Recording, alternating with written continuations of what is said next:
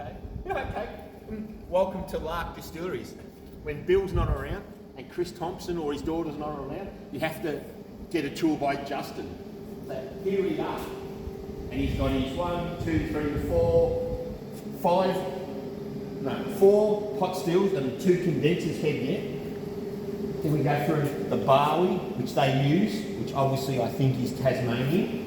Then we've got the peat smoking, which gives the whisky that smoky, peaty feeling. Then we go to the milling, and this is obviously before the mashing. So they make the grains smaller, so the mash bill can happen quicker.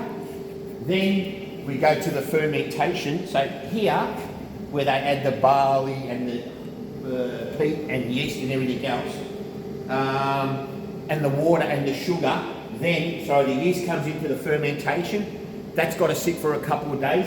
Then we go to the distillation, which is the pot still, and the liquid goes up the chamber, across there to the condenser, where the steam under 100 degrees turns into a distillate, and it gets chilled into a liquid form, and then it's got to go and get aged in the barrels.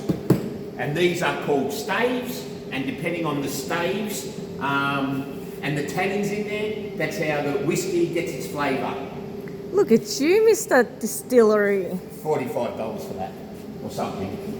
Without any homework, that's my understanding. So yeah, so preparation, peat smoking, the milling of the grains, fermentation. Ah, okay. So that makes sense. So that's probably why they've got so many pot stills here.